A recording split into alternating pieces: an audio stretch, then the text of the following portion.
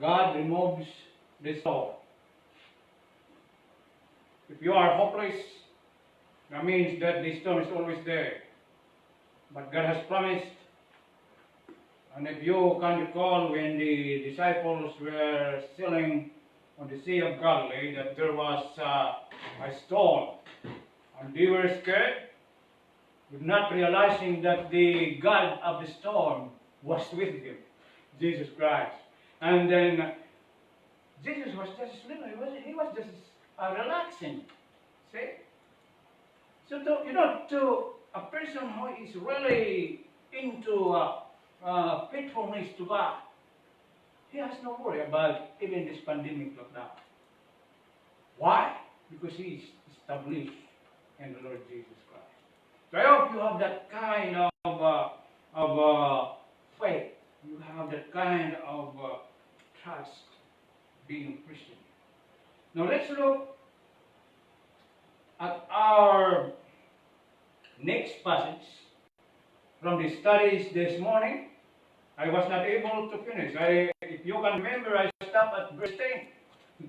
I thought I can finish even the half of the passage. Because my text, it starts from, it starts from verse 8 through 22. Screen, please.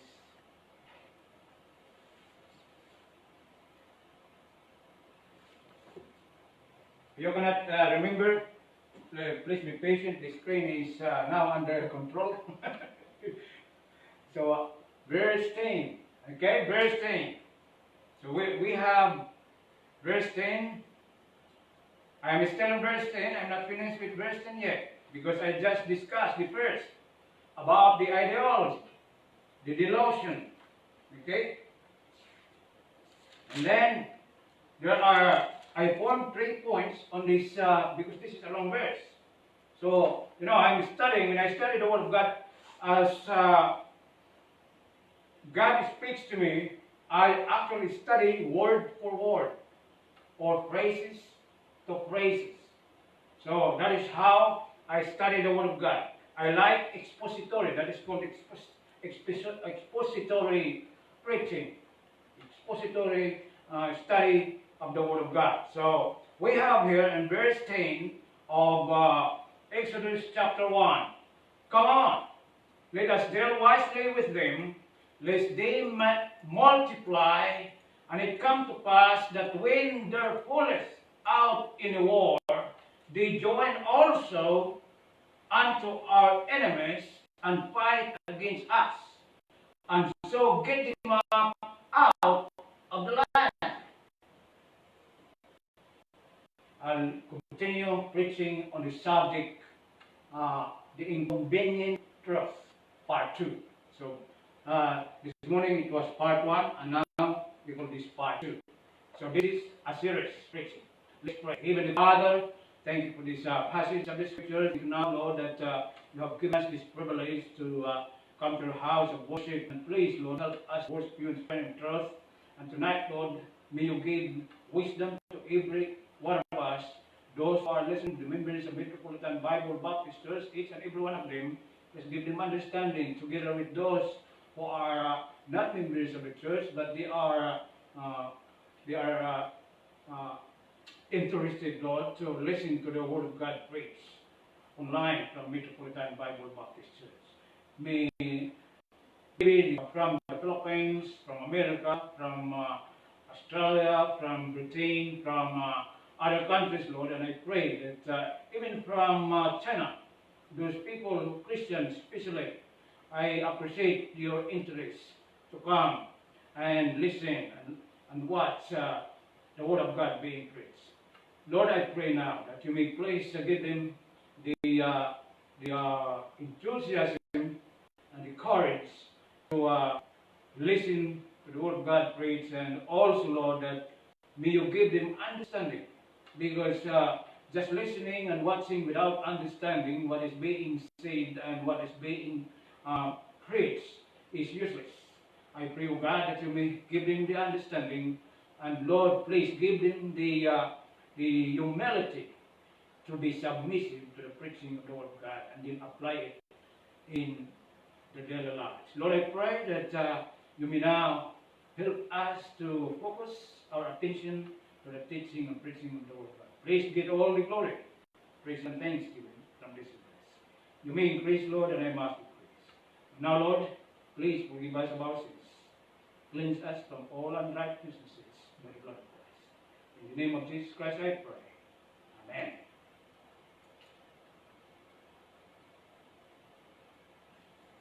Now, this morning I emphasized about the third point, which is delusion. Okay, the what do you call it? The one that is not possessed with knowledge. A person that doesn't have knowledge, regardless of your rank, regardless of your position, regardless of your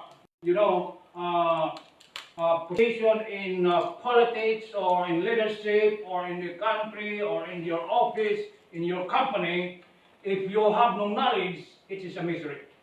You will be inconvenient with the truth.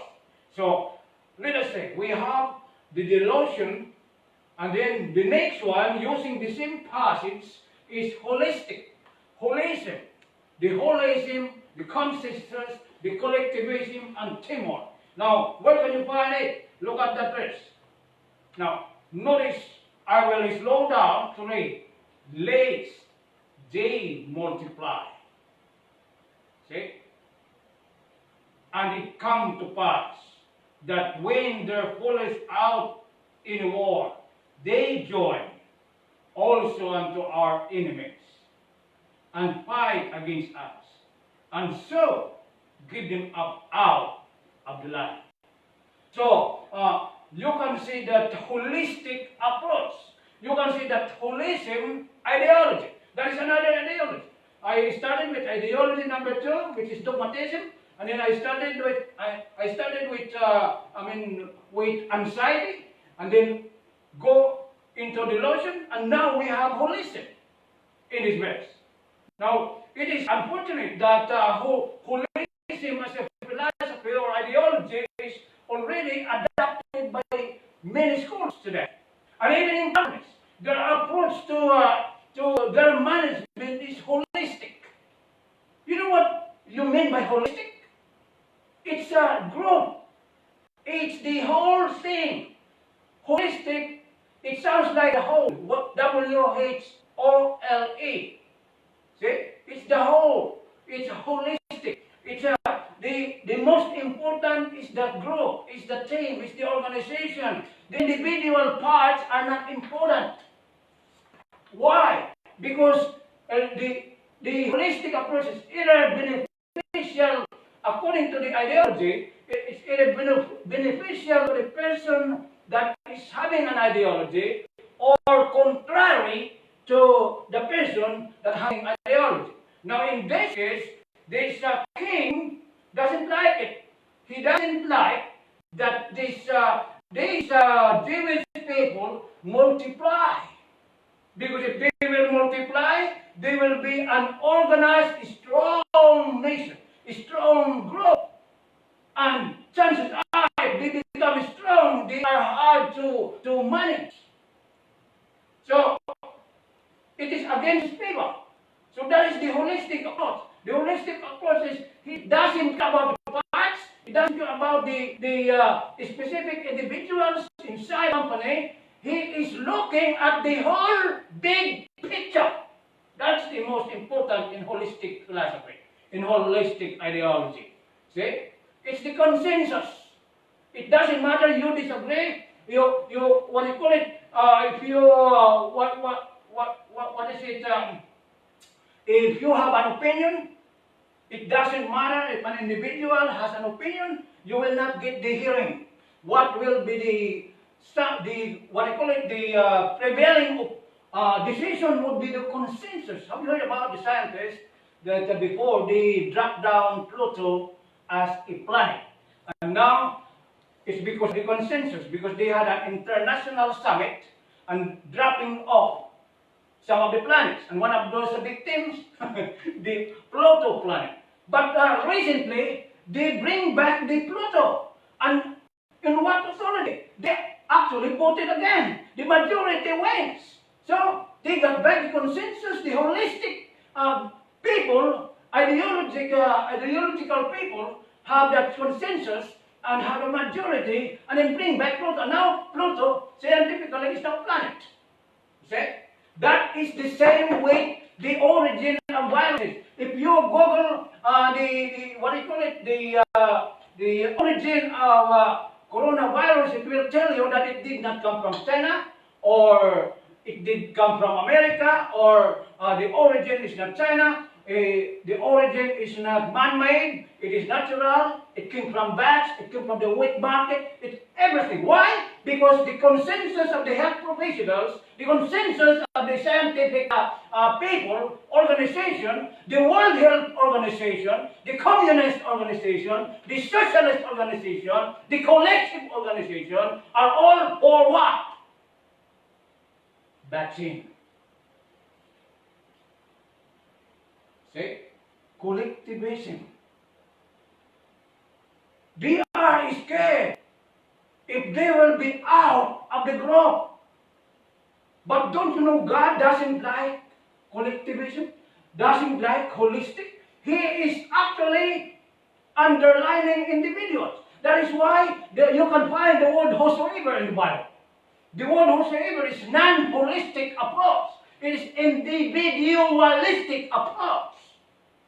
To God, the most important are the individual people. That's why He died for each person who is a sinner. Each sheep.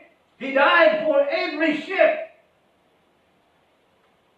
And we can say that if He died for all the sheep, for each sheep, He died for all the sheep. But His emphasis is individual. And that's why God is individualistic.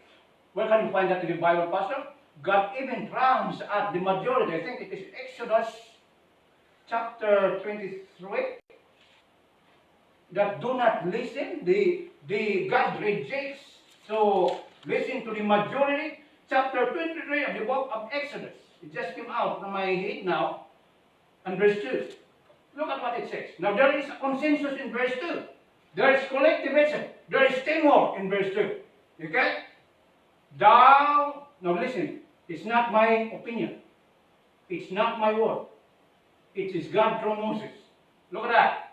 Thou shalt not follow a multitude to do what? Evil. And that is exactly today. They say that coronavirus is not man-made. It is because of the consensus.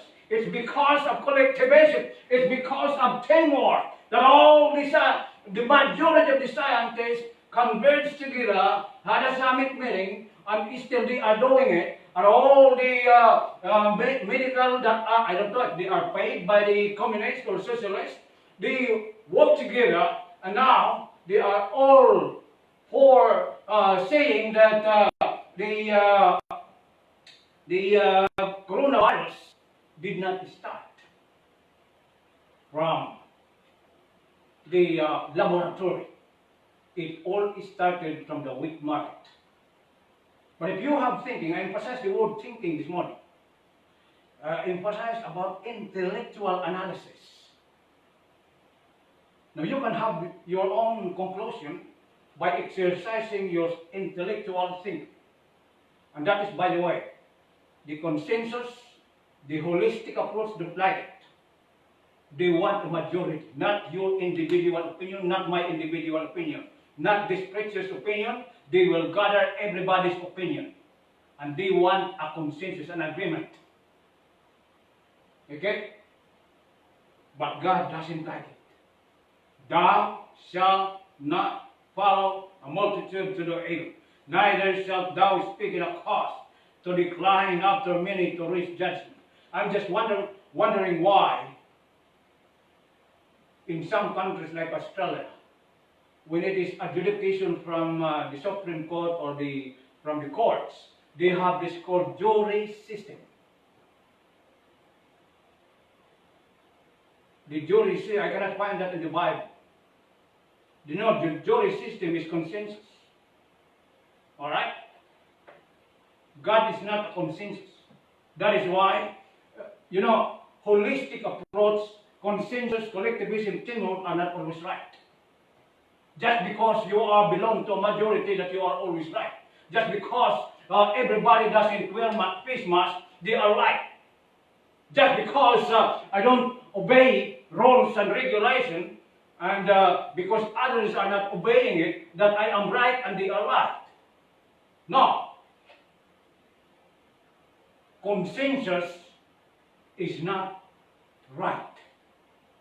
I started with the false consciousness, false awareness. False awareness is false knowledge, false, information, not facts. They are relying on their own opinion. To them, it becomes a force, a power, a fact, because they invented it by the force of majority. So don't be scared when you are alone to stand for the truth, because this is very scary. Because holistic approach is the majority will be damning you as a what is going on to him? He is unique. He is weirdo. That is, by the way, it is my level. Many active preachers told me, and I hear it personally. You are a weirdo. Now I just make a joke on that, because if I put it in my heart, I will be in trouble. Don't you know that God, Jesus Christ, was crucified on the cross because the consensus did it? Look at the Pilate. Last time, can you remember our preaching? How did Jesus come to get crucified? Pilate, you will notice in the script, Pilate said to the crowd, I find no fault in him. In other words, he has no crime committed. He's innocent. But why is it he was submitted to the cross? What did Pilate do? He asked the consensus, the crowd, which would you like to release? The robber, who is known as, was it Barabbas? The robber Barabbas or Jesus? And the people voiced up and said, Jesus should be crucified. See? Is it right? I mean, if you read the scripture, it's wrong. That's the consensus. That's collectivism. That is socialism. That is communism. And that is, by the way, holistic approach. So we need to use what the Bible teaches. We need to properly teach what God says. See? Holistic approach is not the theory of God. It's not what is the teaching of God. It's the teaching of socialism. It's the teaching of ideological people. It's the teaching of those people who have false knowledge, who have no knowledge at all about truth. If you are in the truth, you follow the book, not the consensus. Not any people that says or counterclaims the claim of the Word of God. See? So that is holistic consensus, collectivism, teamwork approach. Now let's go to the next one.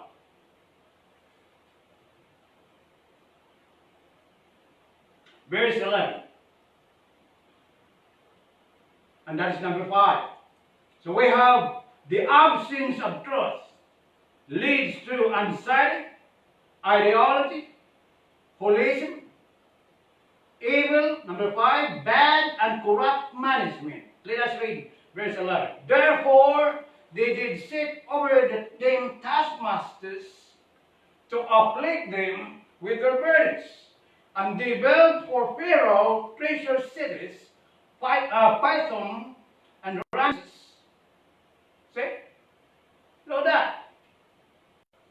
Because of that ideology, it drove them, because of the lack of the knowledge, it drove them to bad, evil management of labor.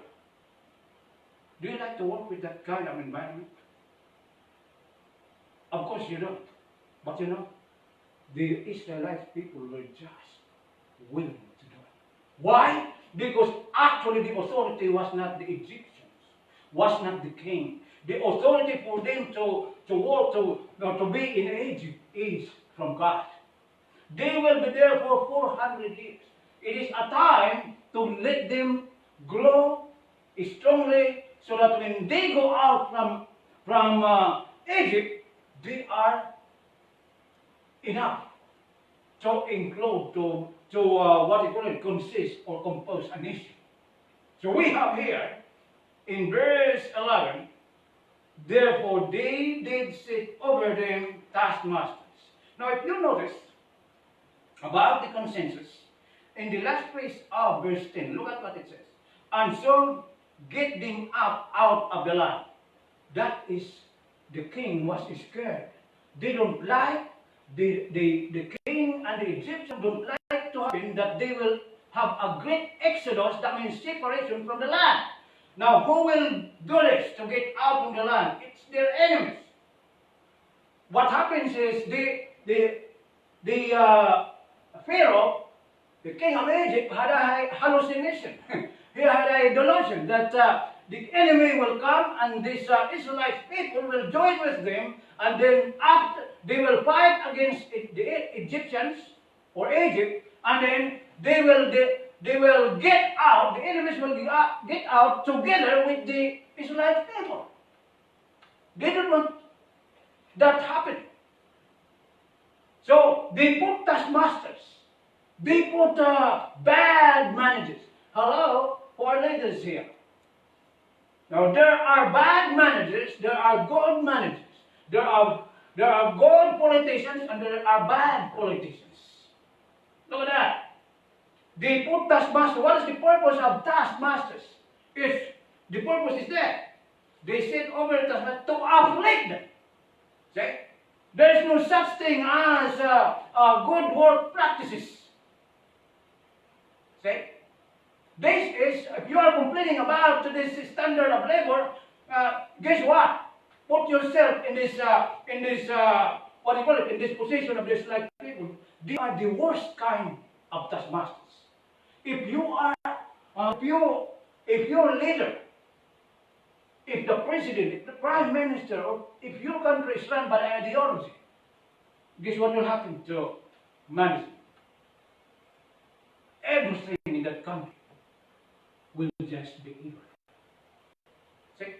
They put taskmaster to afflict them, to abuse them, to inflict punishment, to inflict pain, to inflict misery. These lives don't have to suffer misery, but they did because of bad ideology.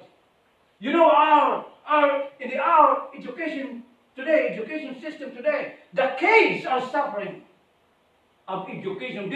We are complaining, even the educators today are complaining about the illiteracy and numeracy problem. Do you know why? It's because of bad leaders and educators before. And now, it's unfortunate that there are still surviving educators that are bad in management. They don't like to discipline children. They just allow them to, like mushroom, to spin in the classroom like mushroom, observing no rules, no consequences. If they will give consequences, just writing, just detention, it will not work. Detention doesn't work. Writing doesn't work. Giving intimidation doesn't work. Giving him chocolate or any doesn't work. What does God say? What is the formula of God? It says what? Foolishness is the heart of the child. But what? The rod of correction shall drive it far from him. Who removes the rod? The ideological person. Because the ideological person, the person who is dogmatic, the person who is collective and consensus, they want the rod. Why? Because they want to use the rod to afflict, to destroy the person, not to discipline. You know the purpose of discipline? To make the person right, to make the person educated properly. That is the use of the rod. Because rod means correction. The rod of correction, that's why it's called the rod of correction. It's not rod of death.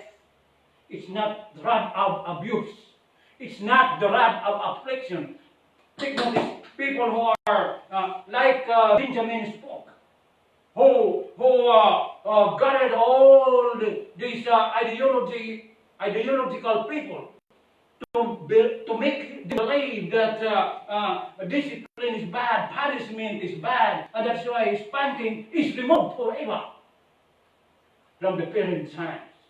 And if any parent tries it now, he is in trouble or she is in trouble with the government.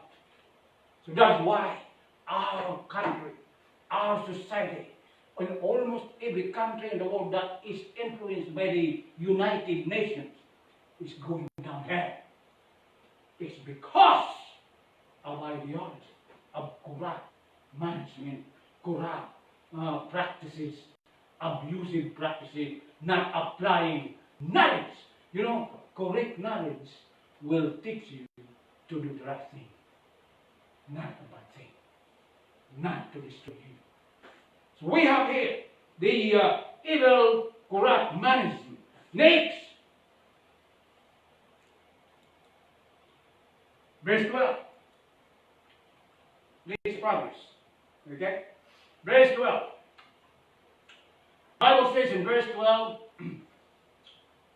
but the more they afflicted them, the more they multiplied and grew. And they were grieved because of the children of Israel. So what is that? I am very particular of the last phrase. I'll deal with the first phrase later. Okay? I'll deal with the last phrase now. And they were grieved because of the children of Israel. See? That is ideology. You know, truth is very difficult to accept for ideological people. Do you know that the communists and socialists cannot swallow truth? They cannot. Why?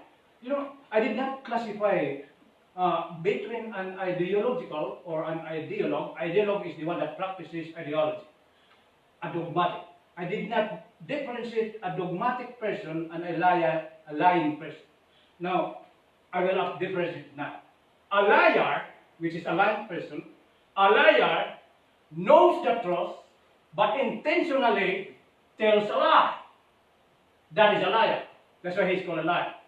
But a dogmatic person, an ideological person, a collective person, he doesn't know the truth. He believes he has learned, but he doesn't know the truth and tells others that kind of lies. See? There's a difference. A liar can get back to the truth if he repents. But an ideological person is very difficult for him to change. It's very difficult to make him believe there is God. It's difficult for him to make him come back to life, to knowledge. Why? Because from origin to the end, he believes that what he had being conscious, being aware of, is true. That is false information, false knowledge is considered true from beginning to end by an ideological. But a liar, he believes that truth is truth from the beginning, and yet at the end, he opposes it and tells lies. So a liar knows the truth, but an ideological person doesn't. That's the difference. See? So he develops here in verse 12, in the last place, depression. Are you not going to be depressed because of that? That is terrible, because if you know the truth, if you have no knowledge, that is very depressing. Yeah, it's very depressing. How many of you are depressed because you don't know what is going to happen in the future because of this pandemic? That is very depressing. But if you are a Christian, you have no business, you have no reason to get depressed. The Bible teaches us that this kind of calamities, this kind of happenings, this kind of what the circumstances are already predicted in the Bible. It will come to pass. And don't you know? The Bible says that His appearing is going to happen at any time. Somebody has even posted on Facebook that the rapture will take place tomorrow. Now that is a false consciousness. That is a false knowledge. That's fake.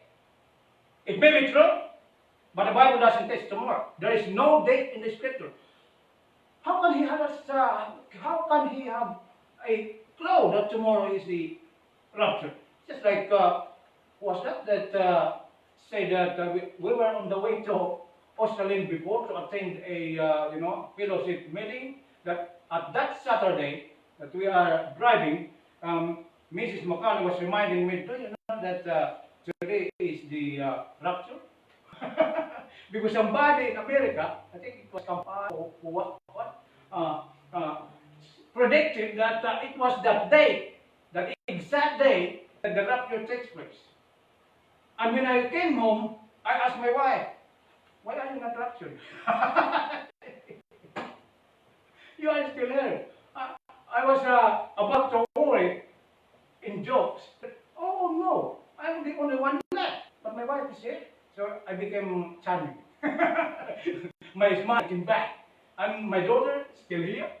And Brother Denver is still here when we had a Sunday worship service. So the rapture didn't take place. Why? Because it's not in the Scripture that the day and hour, even the Son of Man said, Jesus Christ, even the Son of Man has not been given an authority to give the dates and the hour, the exact hour. Do you know the reason why God did not put the day and the exact hour, the exact minutes, the timetable? Because if you put the day, you know what will happen? You will only do when He's coming back to the right.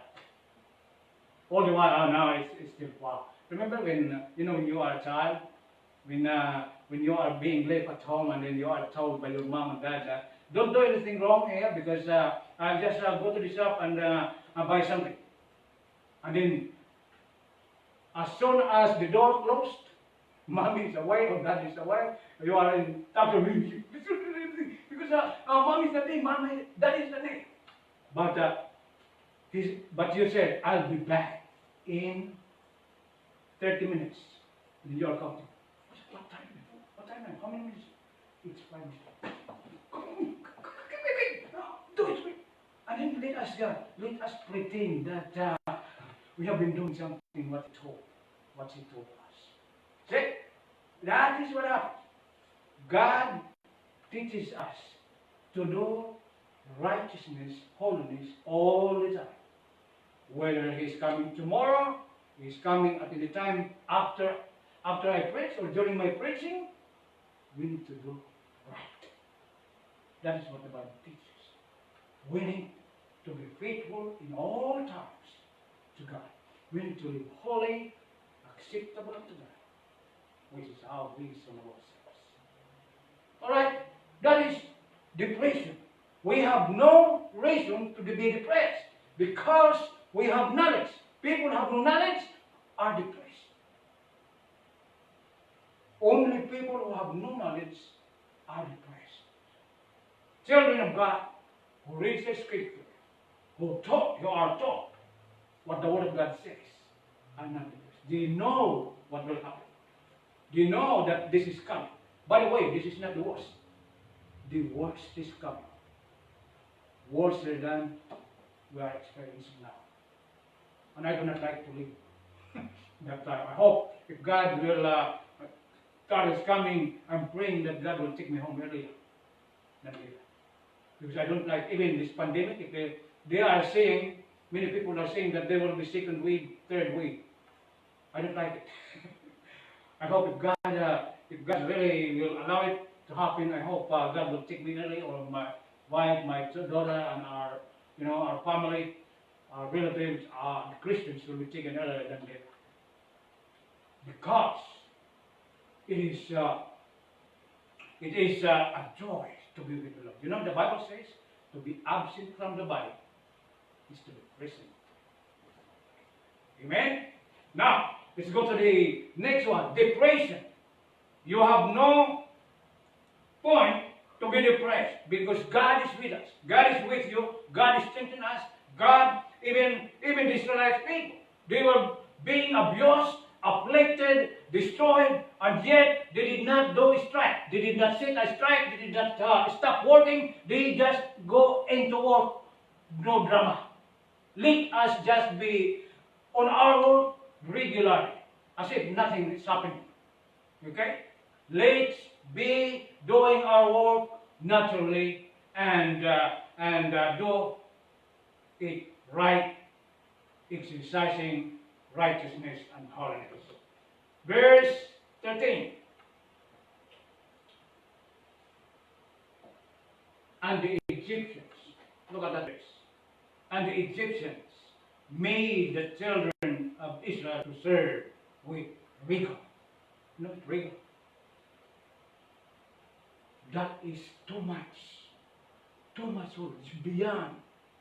It's beyond human comprehension. It's too much to work. And yet you cannot find the Israelite people stage injustices, filed injustices, or complaint of injustice. No. When they claim directly to God and not to the Egyptians.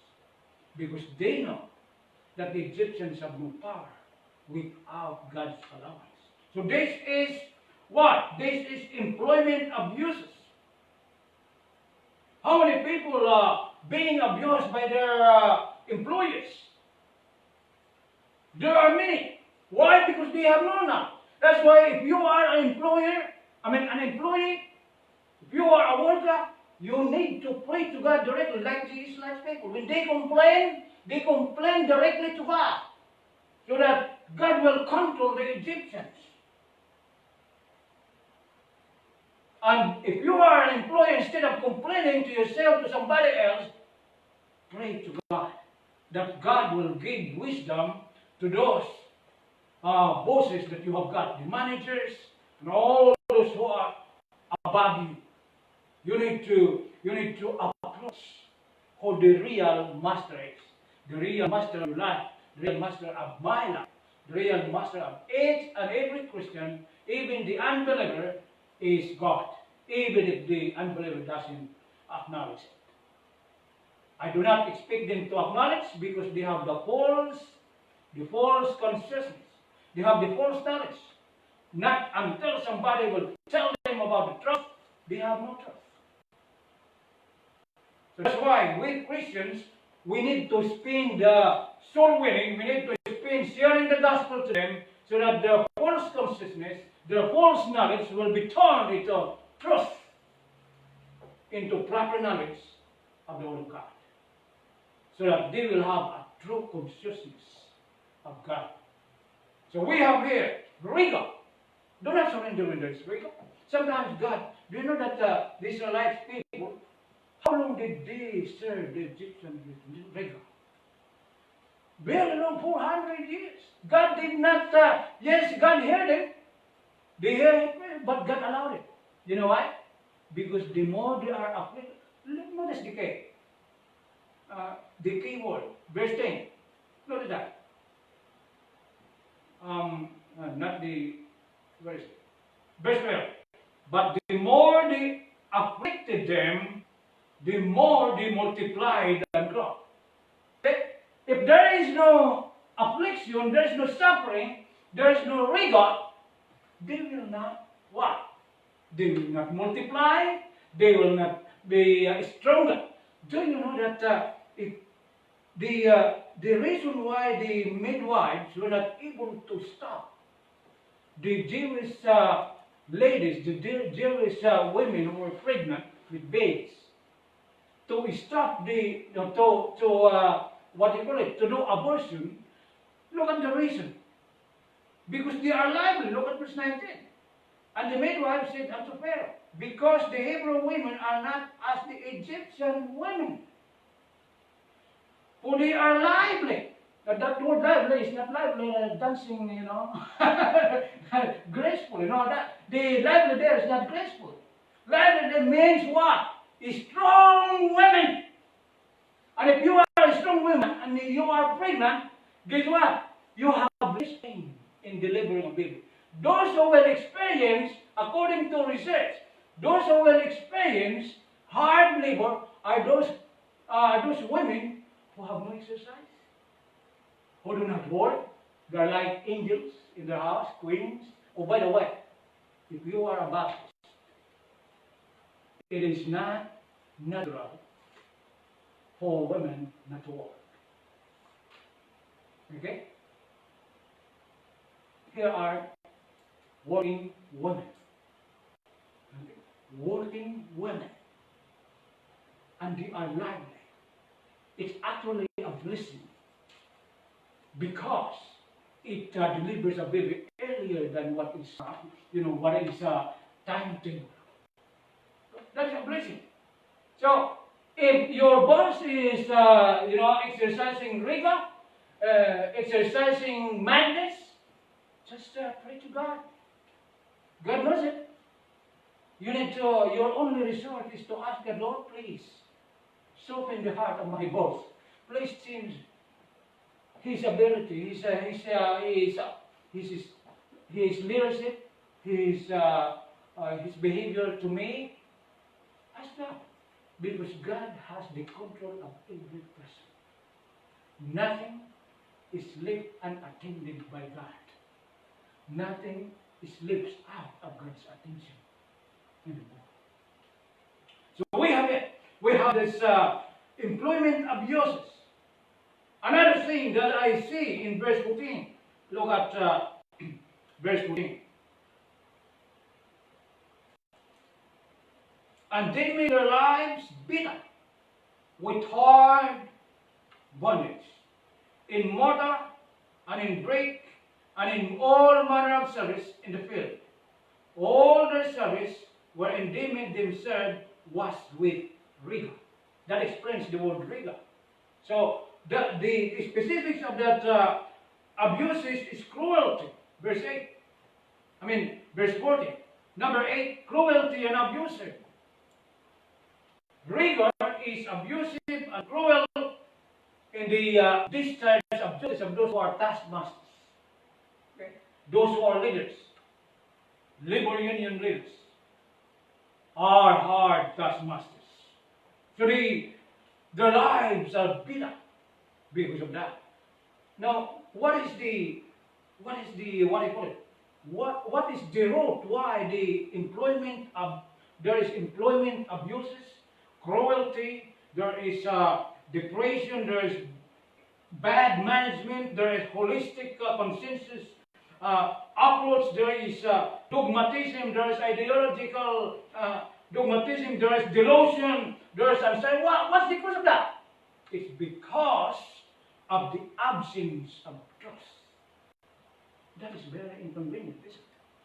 To have no knowledge is very inconvenient. And but if you are listening to me and you do not believe God, you are actually telling me that you do not believe on knowledge. You don't believe on the trust. Because knowledge is God. Knowledge, the trust, is Jesus Christ. John 14:6 says, I am the way, the truth, and the life. No man cometh unto the Father but by me. Jesus is the trust. So in the absence of trust, in the absence of knowledge, everybody will be inconvenient. Everybody will be uncomfortable. Everybody will suffer. Everybody will be miserable. Everybody will be affected. It's not only one, you. If it is the king that has knowledge, if the prime minister has knowledge, the politician is dumb, we will be affected. That is why, as believers in Christ, we need to pray for our leaders, for the politicians who are ruling our country. It is very important because if it happens that these politicians have no knowledge, these national leaders have no knowledge, we will be in trouble. And that's what happens in Australia. Look at that. Gay marriage is already legal in Australia. Now, if they are Christians, if they have knowledge, it will not happen in Australia. And it will not happen in any country. The Bible doesn't tolerate it. The Bible teaches against it. And if they believe knowledge, they believe this book. The reason why they approve it because they don't believe in this book. Communist, socialist, dogmatic people, ideological, people who are into holistic framework, holistic, don't believe all of that. My dear pastor, I think some religious people believe in holism. It's because they are just copying what the unbelievers are doing. They don't know actually what they are copying. If they will study the word holism, they will not do it. And what is the best kind of education, pastor? Holistic education is bad.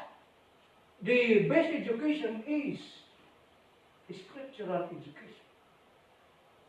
And if you want me to name it in a neutral manner, it is called essentialism.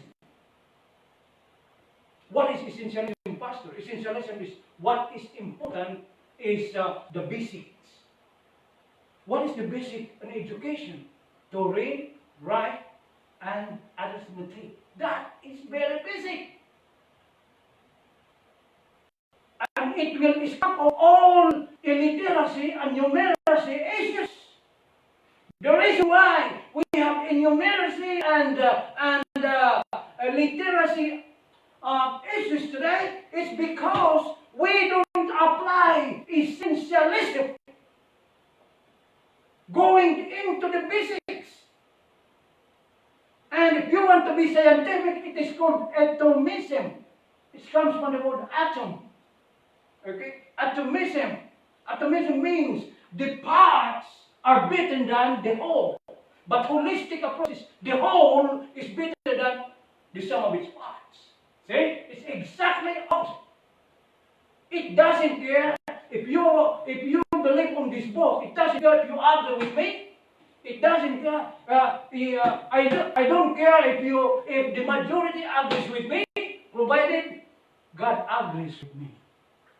And that is the point. That is essentialism. That is reductionism. That is analysis, analytical. You analyze the parts. You cannot be an analytical thinker if you don't know how to analyze the parts. But you cannot analyze the parts if you have no knowledge. You have not been trained how to have analysis. Because analysis requires study, requires knowledge, requires facts, requires to break the whole thing into parts and bring them back again to the whole thing without destroying the body. Actually, the Bible teaches about basics. And you know what is basic for Christians? Is to have repentance and faith towards the Lord Jesus Christ. If you miss that basic, you will miss Him. That is so important. Is essentialism. Holism is not important. God doesn't save the group. God saves individuals. Okay? His approach is always whosoever come. Even in the book of Revelation. I think it is towards the last chapter of the book of Revelation, towards the last verse. The whosoever is the whoever may come. That's approach individual. Why? Because He died. He died for the individual. He did not die for the group. And if you are watching these messages, you are an individual. God died for you. God's death on the cross is for you. Not for your family, not for your group, no, for you. And if you mean to find the truth, this is the truth. God died for you. and you need to repent from your sins. And then you have to exercise faith in the Lord Jesus Christ. And you will have mercy. And you will have salvation. Would you bow? Heavenly Father, thank you for this preaching tonight. Thank you, Lord, for the word of God. Thank you for the lessons and the points that we have heard.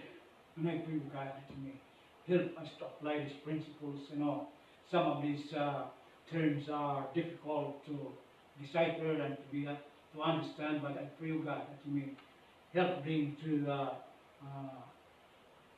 understand them and apply them in their lives. Lord, help us to be sensitive to the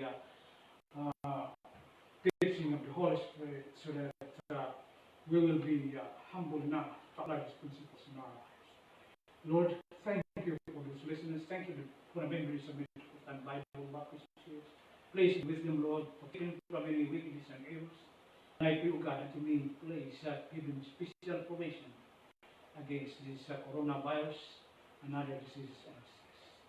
Together with those who are watching, listening, Lord, and I pray, God, those who have no Christ in us, that from this message, that they will realize, or he will realize, that he needs to repent and he needs to trust Lord Jesus Christ as his Savior. Lord, I can always see and bless you. In the name of Jesus Christ, I